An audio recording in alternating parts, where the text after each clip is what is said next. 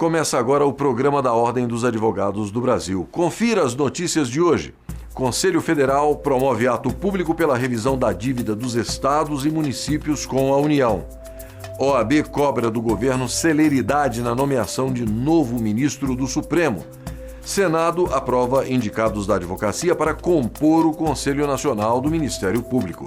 Presidente da Ordem reitera apoio da entidade aos advogados públicos. E ainda, nossa equipe leva você para uma viagem histórica pelo Museu da OAB para celebrar o Dia Internacional dos Museus. Fique com a gente, porque o programa está só começando.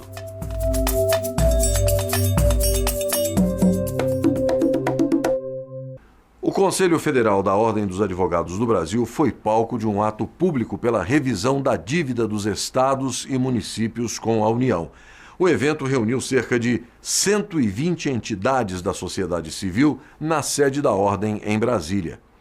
No final do ato público foi aprovado um manifesto das entidades reivindicando a imediata revisão da dívida, que hoje atinge cerca de 400 bilhões de reais, um nível considerado insustentável pelos federados e que acaba prejudicando direitos fundamentais da população. O auditório do Conselho Federal da Ordem dos Advogados do Brasil ficou cheio. Representantes de 120 entidades da sociedade civil participaram do ato público. A Ordem dos Advogados do Brasil quer que este ato público simbolize o grito da nação brasileira, a voz do cidadão deste país, no sentido de que vivemos uma federação, de que o pacto federativo há de ser respeitado e de que o princípio constitucional da diminuição das desigualdades regionais há de ser cumprido. O presidente nacional da OAB, Marcos Vinícius Furtado, afirmou em seu discurso que a mudança e a repactuação da dívida é medida urgente e necessária para o país. Sem dúvida alguma, uma repactuação desta dívida é medida que impera, é medida urgente e necessária ao nosso país. Nós temos um Estado que possui uma só finalidade: trazer segurança, paz, felicidade, trazer o progresso individual de cada brasileiro. E esse Estado é composto por entes federados. Não há justificativa plausível para um comportamento diferente ou distinto do olhar aos estados e municípios como se não fossem entes que compõem com a União uma só nação, uma só federação. Os senadores Aécio Neves e Ana Amélia também defenderam a renegociação das dívidas e fizeram duras críticas à situação hoje vivida por estados e municípios. Eu acredito que não há hoje razão maior para alguma das mais graves mazelas por que passa o país que não venha dessa absurda e perversa concentração de receitas nas mãos da União. E a renegociação da dívida dos estados se insere numa discussão que eu considero ainda mais ampla, onde outros temas também poderiam, de forma coordenada, estarem sendo tratados. Então, ao mesmo tempo em que crescem as receitas nas mãos da União, diminui a participação da União em áreas essenciais à vida do cidadão. Portanto, esse ato tem o simbolismo de acontecer na sede do OAB, com a credibilidade, com a história que essa entidade carrega, e eu já me dispunha pessoalmente ao presidente Marcos Vinícius para que nós possamos ter uma interlocução cada vez mais próxima com o Congresso Nacional. Questões relacionadas a esse endividamento com a União, que concentra 60% de tudo que é arrecadado no país. Os estados, pouco mais de 20%, e os municípios, entre 13% e 15%.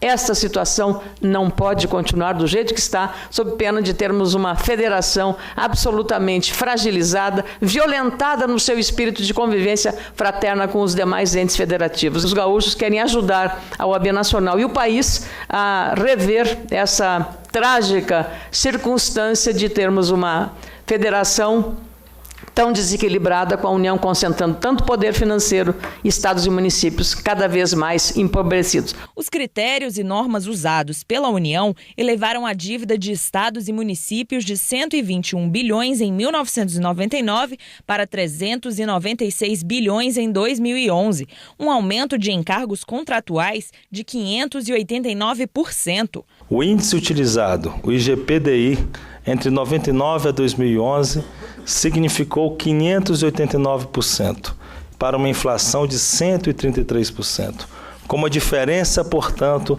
de 456% em apenas 12 anos. Sabemos que em todo contrato vigora a cláusula rebus sic stantibus, ou seja, da imprevisão econômica, no sentido de que, se os fatos da vida, se a realidade do mundo real, se a realidade econômica de uma nação, ela é distinta do momento em que o contrato foi subscrito, ele deve ser readequado, ele deve ser reequilibrado, este contrato, para evitar a onerosidade excessiva em relação a uma das partes. O manifesto pela revisão da dívida dos estados e municípios com a União, assinado por todas as entidades que participaram do ato, reivindica algumas mudanças. A principal delas trata da troca do indexador que corrige a dívida, hoje IGPI-DI, mais juros de 6% ao ano, pelo IPCA e sem cobrança de juros. Em 98, nós tínhamos 90 bilhões de dívida dos estados com a União. Em 2010, depois de 12 anos, cerca de 160 bilhões já tinham sido pagos e a dívida ainda está hoje na casa dos 400 bilhões aproximadamente. O IGPDI mais 6% é o índice de indexação que foi proposto lá no passado, mas que não tem mais condição de ser mantido na situação econômica que nós vivemos. Então a proposta hoje mais razoável e mais aceitável é a mudança do IGPDI pelo IPCA, de preferência sem cobrança de juros, somente com a correção monetária. Se necessário, juros pequenos de até no máximo 2%. Os municípios fizeram repactuações com a União em 99 e a partir dali honrando seus compromissos com taxas de juros elevadas, maiores do que as taxas de juros que o próprio BNDES, a partir dos recursos repassados pela União, pratica. Então a gente considera que se a União tem condições de, por meio do BNDES, aplicar juros mais baixos para a iniciativa privada, por que ela não repactua com estados e municípios? Esse ônus excessivo de juros sobre uma dívida está impedindo que os entes federados promovam a prestação dos serviços públicos para a sociedade, principalmente nas áreas de saúde, educação, transporte público, segurança, não é? E é inadiável rever esse processo, não é? Além disso, o nosso movimento da Auditoria Cidadã da Dívida requer, além da revisão retroativa desses onerosos juros que foram impostos aos entes federados, nós ainda requeremos uma auditoria dessas dívidas. Como nasceram essas dívidas? Onde foram aplicados os recursos? Quem se beneficiou? Esse processo tem que se tornar transparente para a sociedade, que afinal paga essa conta. Esse é um ato republicano, apolítico, mas republicano, em prol do cidadão. O cidadão que mora no município, que essa dívida dos municípios também impede que ele tenha acesso amplo à saúde e educação nos seus estados. Então, uma forte campanha de conscientização para o cidadão saber que esse recurso é dele também, porque ele paga com impostos aquilo que está indo exclusivamente para a União em torno de juros. Então, nosso objetivo é que se refaça esses cálculos, né, uma auditoria plena dessas dívidas, que muitas delas, né, podem sequer existir, e posteriormente renegociar também, rever os valores dos juros, os percentuais dos juros, para que os estados e municípios possam investir mais no cidadão. O manifesto questiona os termos exorbitantes do financiamento, aponta os exagerados encargos financeiros aplicados aos contratos e alerta para a necessidade de transparência no processo de endividamento dos estados e municípios. O documento, lido pelo vice-presidente da OAB, Cláudio Lamáquia, conclui reivindicando o saneamento da situação que tem levado estados e municípios a contraírem empréstimos externos para pagar encargos à União. Um ato público que desperta seguramente o interesse da sociedade, desperta o interesse das pessoas, mas que tem a ideia de fomentar uma discussão direta com relação à necessidade imediata da revisão das dívidas de estados e municípios, né? Hoje nós temos os nossos estados, os nossos municípios com as suas estruturas econômicas absolutamente comprometidas, mas quem sofre com tudo isso, ao fim e ao cabo, é o próprio cidadão. Hoje o cidadão não tem saúde, muitas vezes, não tem segurança, não tem condições, através dos estados, de investimento em educação, em habitação, em tantos outros temas importantíssimos. Mas, por outro lado, contraditoriamente, os estados, principalmente aqueles estados de maior contexto de dívida com a União Federal, acabam muitas vezes pagando 15%, 13%, 14% da sua receita líquida para a União Federal. Apenas para o pagamento do serviço de uma dívida hoje é absolutamente impagável. E se nós tivermos a condição de sensibilizar a União Federal da necessidade da revisão destas dívidas, nós estaremos contribuindo em muito com o cidadão, principalmente com o cidadão nos municípios e nos estados, porque terão eles mais recursos, os estados e os municípios, para aplicação em saúde, em segurança, em educação, em pagamento de precatórios, que é hoje uma grande preocupação de todos nós e notadamente da OAB. Portanto, é um ato que, na nossa avaliação, ele foi coroado de muito sucesso, mas, acima de tudo, um ato de representatividade exatamente pelas entidades que estiveram aqui hoje no Conselho Federal. A seguir, OAB cobra do governo celeridade na nomeação de novo ministro do Supremo e ainda criada a Comissão Especial de Acompanhamento Legislativo no âmbito da Ordem. É daqui a pouco, depois do intervalo. Até já.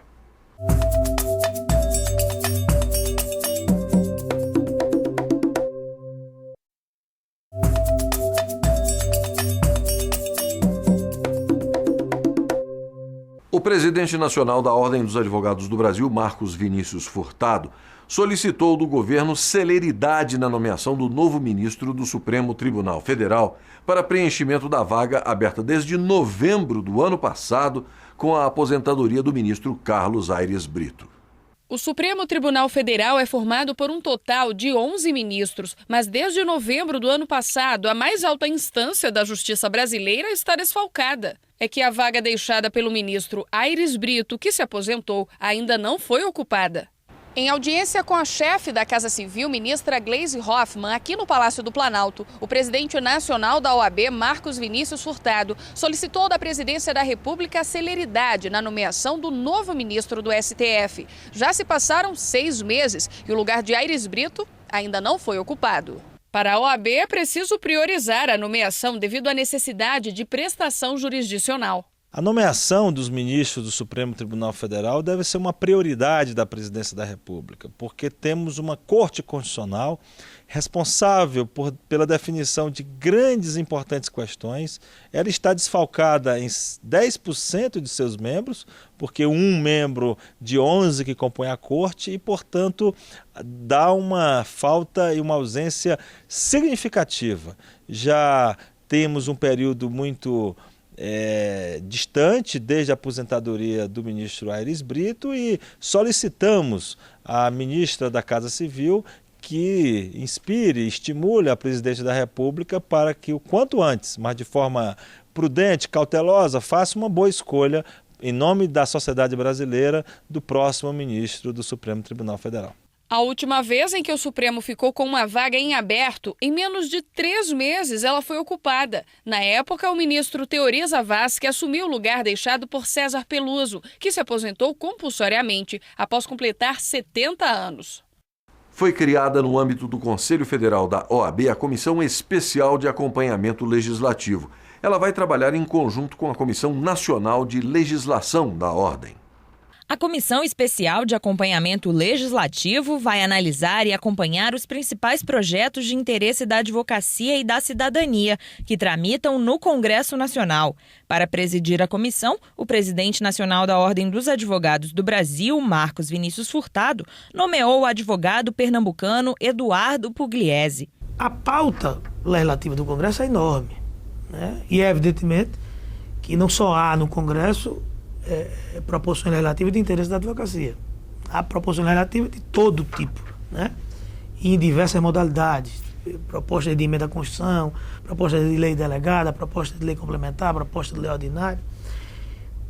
A Comissão de Acompanhamento Legislativo, ela tem por objetivo impulsionar essas proposições legislativas que interessam à advocacia. Então, a determinação do presidente Marcos Vinícius é que estejamos permanentemente no Congresso, seja nas comissões, seja nos gabinetes dos deputados, dos senadores, seja no plenário, debatendo e discutindo aquelas matérias que interessam à advocacia. Para ampliar a linha de atuação da OAB na Câmara e no Senado, uma agenda legislativa com os principais projetos em defesa da advocacia foi criada. E o tema de maior destaque diz respeito aos honorários de sucumbência para a advocacia pública e trabalhista. Hoje nós temos mais de 200 proposições legislativas tratando de matérias que interessam à advocacia brasileira. Só tratando do exame de ordem, nós temos mais de 30 proposições legislativas. Que prioridades são essas? Primeiro, o projeto de lei que trata dos honorários sucumbenciais na Justiça do Trabalho. Isso tem que ser resolvido, né? Vivemos um momento especial hoje nas relações trabalhistas com a aprovação da PEC que ampliou os direitos trabalhistas para os empregados domésticos. Então, não há mais como imaginar que o advogado que atua na Justiça do Trabalho não tenha direito aos honorários sucumbenciais. Se nós insistirmos com essa tese, nós estaremos criando duas categorias de advogados. Aqueles que têm direito aos honorários sucumbenciais e aqueles que não têm direito aos honorários sucumbenciais. Então, essa é uma bandeira da gestão do presidente Marcos Vinícius, é uma bandeira da gestão do presidente da ABRAT, doutor Antônio Fabrício, e é uma matéria que será cuidada de perto pela Comissão de Acompanhamento Legislativo por determinação do presidente Marcos Vinícius. Outros projetos também são considerados prioritários. Serviços advocatícios no Simples Nacional. O projeto autoriza a opção do regime simplificado às micro e pequenas empresas dedicadas às atividades advocatícias. Advogado profissional individual. Cria a figura do advogado profissional individual e o equipara às sociedades de advogados para efeitos tributários. Prerrogativas dos advogados. A proposta consiste em criminalizar a conduta de violar direitos ou prerrogativas dos advogados. Exame da ordem. Estabelece que para inscrição como advogado é necessária a aprovação no exame da ordem. A comissão também deverá acompanhar de perto as votações que tratam da alteração dos códigos de processo civil e penal. O código é o instrumento de rotina do advogado, seja ele civil, seja ele processual civil, seja ele processual penal, seja ele penal. E essas duas matérias também vão ser cuidadas de perto. Especificamente no que se refere ao CPC, ao Código de Processo Civil, o presidente Marcos Vinícius criou também uma comissão especial para acompanhar os trabalhos dessa comissão, que é presidida pela advogada Estefânia. E com relação ao CPB, nós também vamos acompanhar de perto, assim como o projeto que trata da modificação da lei de licitações. Todas essas iniciativas serão tocadas em conjunto com a Comissão Nacional de Legislação da OAB. Não dá para tratar do tema legislação sem tratar do tema acompanhamento legislativo. A Comissão Nacional de Legislação, presidida pelo Conselheiro Federal Francisco Sgai, ela cuidará de transformar em proposição legislativa e anteprojeto de proposição legislativa os temas que interessem à advocacia brasileira. E a de acompanhamento legislativo, de acompanhar o processamento desses temas, transformado em anteprojetos de proposição legislativa no Congresso Nacional. O presidente Marcos Vinícius Furtado Coelho, que sabe a importância do trabalho dessas duas comissões e sabe da importância da aprovação desses projetos de lei para a advocacia brasileira. Veja no próximo bloco: Senado aprova indicados da OAB para compor o Conselho Nacional do Ministério Público. E veja também: presidente da Ordem reitera apoio da entidade aos advogados públicos. Nós voltamos em instantes.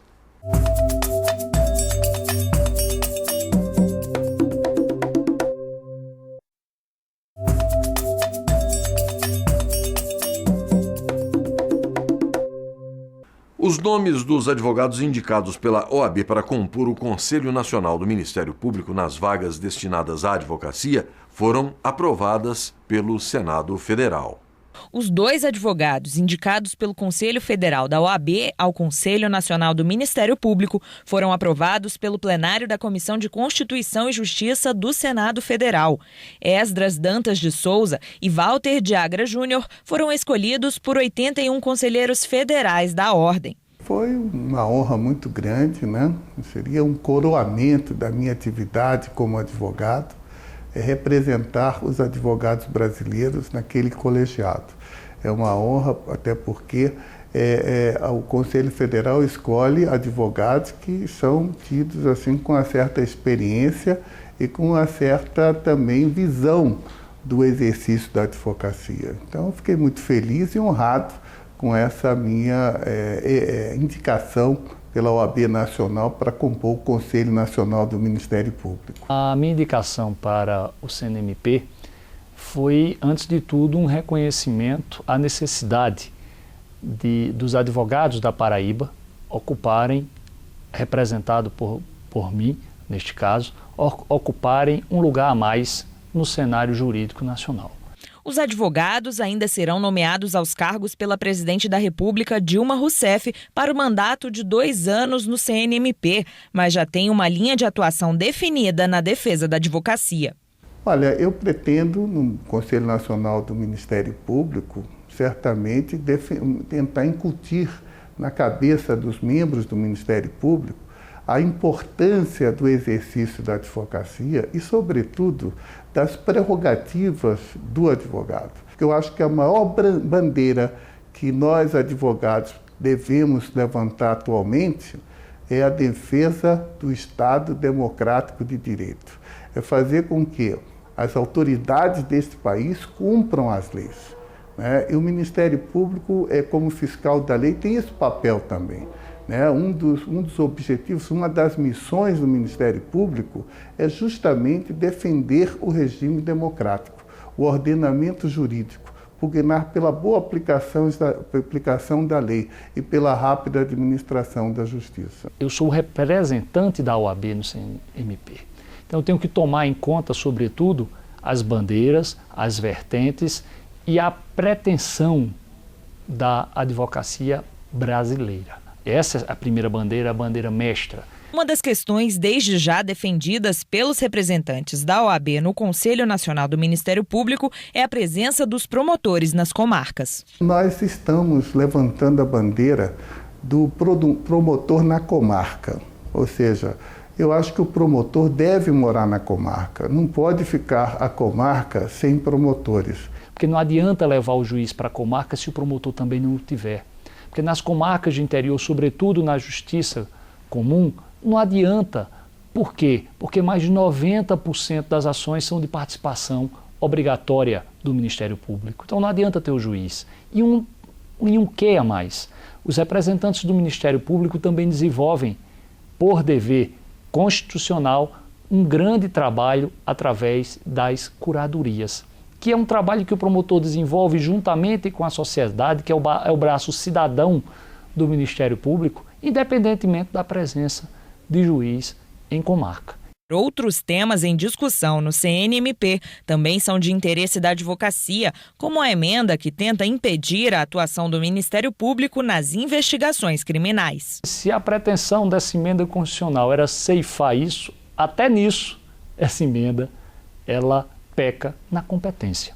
Por quê? Porque se você impede o Ministério Público de investigar criminalmente, se a mens legis dessa norma for esta, ainda assim ela está falha. Por quê? Porque o Ministério Público vai continuar com outras atribuições que, por exemplo, com o inquérito civil público. O que ele iria fazer na área penal, ele pode fazer na área do inquérito civil público e, com base nesse inquérito, promover a ação penal.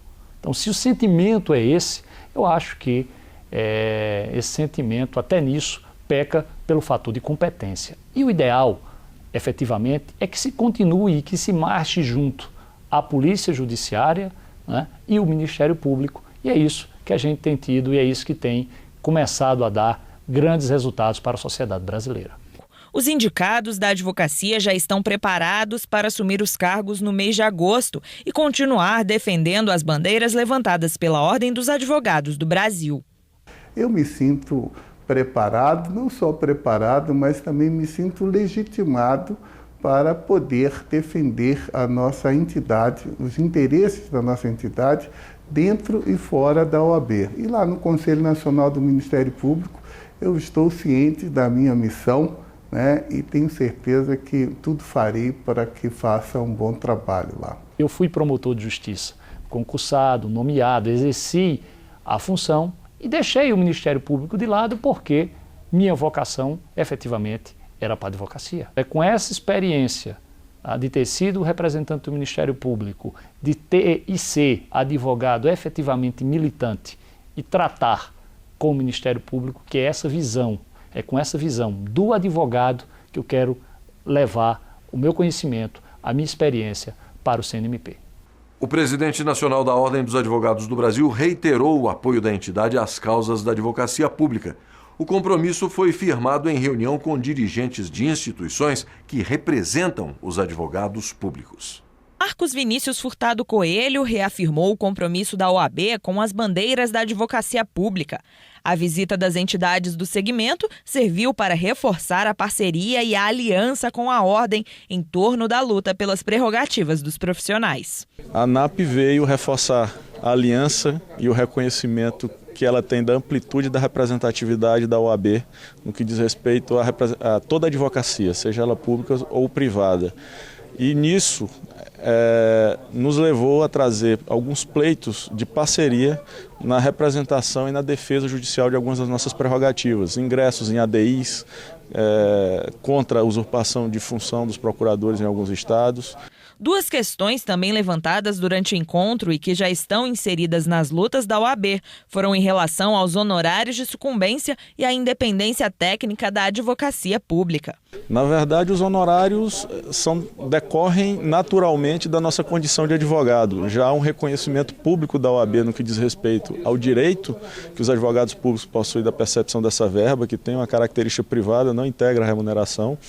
E no que diz respeito o emparelhamento, na verdade, seria a defesa da advocacia pública no mesmo nível das demais carreiras jurídicas de Estado.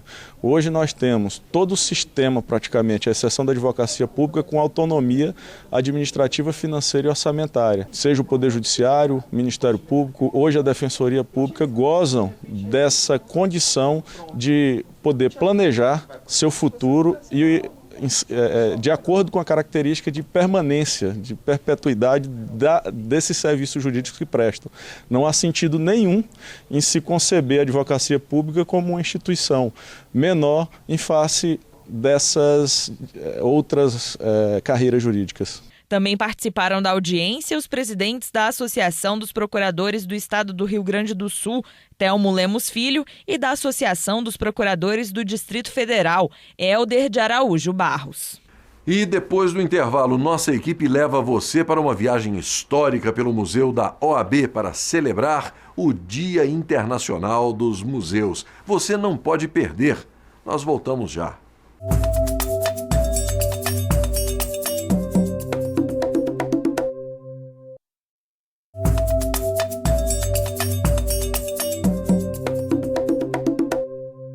Inaugurado em 15 de setembro de 2003, o Museu Histórico da OAB tem por objetivo resgatar e preservar o acervo de seus integrantes, bem como daqueles que se destacaram no exercício profissional da advocacia. O espaço valoriza, prestigia e divulga a importância do direito e da entidade no panorama histórico nacional. E para celebrar o Dia Internacional dos Museus, comemorado no dia 18 deste mês, nossa equipe preparou uma reportagem especial sobre o Museu da Ordem dos Advogados do Brasil. Confira a reportagem e embarque num passeio pelo tempo. São 83 anos de história retratados em objetos, documentos, fotos. Quem pontua esses fatos é Cristina Brito. Ela é historiadora responsável pelo Museu Evandro Lins e Silva. O advogado que dá nome ao espaço também é homenageado. A carteira da ordem dele, que foi um dos mais famosos criminalistas, está lá. Estão expostos alguns dos mais antigos projetos de lei tentando criar a ordem e que foram recusados, um total de 14 em quase um século. O Instituto dos Advogados ele antecedeu a criação da OAB. Ele foi fundado em 1843, no século XIX, e nos estatutos do Instituto já estava prescrita a criação da ordem como órgão fiscalizador e regulamentador da profissão advocatícia no país. Então, o Instituto antecede a ordem e é dentro do Instituto que nascem os primeiros projetos de criação da OAB. Alguns projetos, desses 14 que tramitaram, no Congresso Nacional, que não foram aprovados. O primeiro presidente do Instituto, que é o Francisco G. Caiaba de Montezuma, que foi um jurista muito proeminente na época do Império. Os livros de registro de protocolo, escritos à mão, estão preservados. Os primeiros processos do Conselho Federal da OAB demonstram que, desde o início, a Ordem dos Advogados do Brasil discutia não só questões internas. A OAB já era uma entidade, uma corporação profissional diferenciada. Não desfazendo das demais profissões, mas assim, a advocacia tem essa função marcadamente institucional e a Ordem dos Advogados já, desde o início da sua fundação, cumpria essa função e trazia para o seio do Conselho esses debates que iam muito além das questões corporativas. A gente vê documentos aí, por exemplo, do Conselho Pleno, questionando decretos de interventores federais na época que feriam a Carta Constitucional, por exemplo. Então, já mostra esse interesse da advocacia por questões mais amplas. O espaço também guarda uma cópia da petição original do impeachment do ex-presidente Fernando Collor de Mello, assinada pelos presidentes da OAB e da Associação Brasileira de Imprensa. Além de fotos da caminhada de 3 quilômetros entre a sede da entidade e a Câmara dos Deputados para a entrega do documento. A máquina de datilografar, usada para redigir o documento, também está exposta. Hoje uma relíquia, mas na época era de última geração. Essa é uma homenagem à participação da OAB no processo de impedimento do ex-presidente Fernando Collor de Mello. Essa placa ela foi cunhada para comemorar a caminhada cívica, quando daqui da fachada desse prédio, que era a antiga sede da Ordem, hoje abriga o museu e o Centro Cultural Evandro Lins e Silva, saíram as lideranças da advocacia brasileira para levar a petição de impedimento do ex-presidente até o Congresso Nacional. Percorreram 3 quilômetros a pé daqui até o Congresso em caminhada cívica para levar esse documento tão importante. Uma linha do tempo retrata fatos importantes, como a aprovação do projeto Ficha Limpa em 2010, a primeira vez em que um presidente da República esteve na sede da entidade, Juscelino Kubitschek, recém-empossado, em 1950. Em 1930, Heráclito Fontoura Sobral Pinto defende Luiz Carlos Prestes e Harry Berger perante o Tribunal de Segurança Nacional. Aliás, desperta a curiosidade de todos que visitam o espaço o exemplar do habeas corpus impetrado por Sobral Pinto, em favor dos 2 presos políticos. Ele evocou a Lei de Proteção aos Animais, pedindo que os seus clientes não sofressem maus tratos na prisão. Esses homens estavam sendo torturados, como o tratamento que se dá a presos políticos num regime autoritário. E na época a Lei de Proteção aos Animais dizia: todos os animais são tutelados pelo Estado. A argumentação simples e brilhante do Sobral foi como o Estado brasileiro podia proteger os animais e permitir que os seres humanos sofressem agressões, torturas no cárcere. Então ele conseguiu manter a integridade física dos seus clientes. Essa foi uma das centenas de defesas feitas em nome da OAB na época do Estado Novo. Chama a atenção dos que visitam o museu essa mesa. Ela pertencia à funcionária Lida Monteiro da Silva, morta após abrir uma carta-bomba. A correspondência era endereçada ao então presidente da OAB, Eduardo Seabra Fagundes. Desde então, a mesa representa um símbolo contra o terrorismo. O atentado do dia 27 de agosto de 1980 deixou a mesa de Dona Lida partida ao meio. O móvel foi reconstruído para ser exposto. A história se torna viva através de fotos da espátula usada para abrir a carta, da mesa destruída, do papel aos pedaços, do relógio que parou no momento da explosão, a 1h25. Um estudo americano indica que a bomba caseira foi feita com um pregador de roupa. O que se sabe na época é que a Ordem estava fazendo a investigação de vários crimes cometidos contra advogados que defendiam presos políticos. Em específico, estava investigando o caso do sequestro do Dr. Dalmo de Abreu Dallari. O Dr. Dalmo Dallari, que está vivo até hoje, ele, um mês antes desse atentado, foi sequestrado e ameaçado de morte porque tinha vários clientes que eram presos políticos. E a Ordem estava chegando muito próximo de provar que era agente do governo, da chamada linha dura, que haviam cometido esse atentado contra o Dallari, assim como ameaças a advogados em todo o país. Existe, inclusive, uma semelhança entre esse atentado e o atentado Rio Centro, que ocorreu 8 meses depois. Chegou a ser feita uma investigação para saber se eram os mesmos autores do atentado, mas nunca conseguiu se provar a autoria do atentado Dona Lida. Esse trágico episódio aconteceu no Rio de Janeiro. Ao longo da história, a OAB teve 7 sedes, 4 no Rio e 3 em Brasília. No Rio funcionou aí junto ao Instituto dos Advogados, depois em alguns locais alugados. Finalmente ela veio para Brasília em 1986, veio tardiamente transferida para Brasília, principalmente para acompanhar de perto os preparativos dos trabalhos da Assembleia Nacional Constituinte.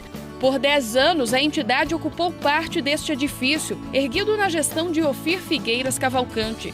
Em 2000 foi inaugurada a atual sede, construída no mandato do então presidente Reginaldo Oscar de Castro. O projeto foi doado por Oscar Niemeyer. O vermelho, o azul e o branco da fachada remetem às cores dos ideais da Revolução Francesa. E as janelas espelhadas passam a mensagem da transparência da OAB diante dos anseios da sociedade. Não podia faltar um espaço dedicado a Rui Barbosa, o patrono da advocacia. Ele serviu de inspiração para se instituir o Prêmio Medalha Rui Barbosa, a maior honraria que um advogado brasileiro pode receber. Destaque também para homenagens prestadas por entidades de advogados de outros países. 3 quadros demonstram a expansão das seccionais, subseções e caixas assistenciais desde 1933 a 2000. Por ano, de 8 a 10 mil estudantes de direito visitam o museu. No local, eles têm uma aula da história da advocacia brasileira. Estou gostando muito da visita, acho que está repassando vários pontos importantes da história da OAB em si, do Conselho Federal, da participação dele para com os advogados em especial e também para com a família das vítimas de terrorismo da época da ditadura, que ele tem buscado não só a questão das famílias com os presos políticos, mas em especial com os advogados, porque às vezes as pessoas não têm essa preocupação em buscar o que aconteceu e desses defensores, É interessante a questão dessa linha histórica aí, bastante importante a gente ver a atuação da Ordem, defendendo, de certa forma, a democracia. Tem fatos que são marcantes da história do Brasil, inclusive. Eu acho que todo estudante tem que saber essa atuação para que da importância da Ordem. Todo advogado, pelo menos da nação brasileira, teria que fazer uma visita aqui, porque é importante, conhecer a história, da Revolução, de tudo isso, em que o advogado, que é aquele que atua perante a sociedade, tem que conhecer um pouco dessa história.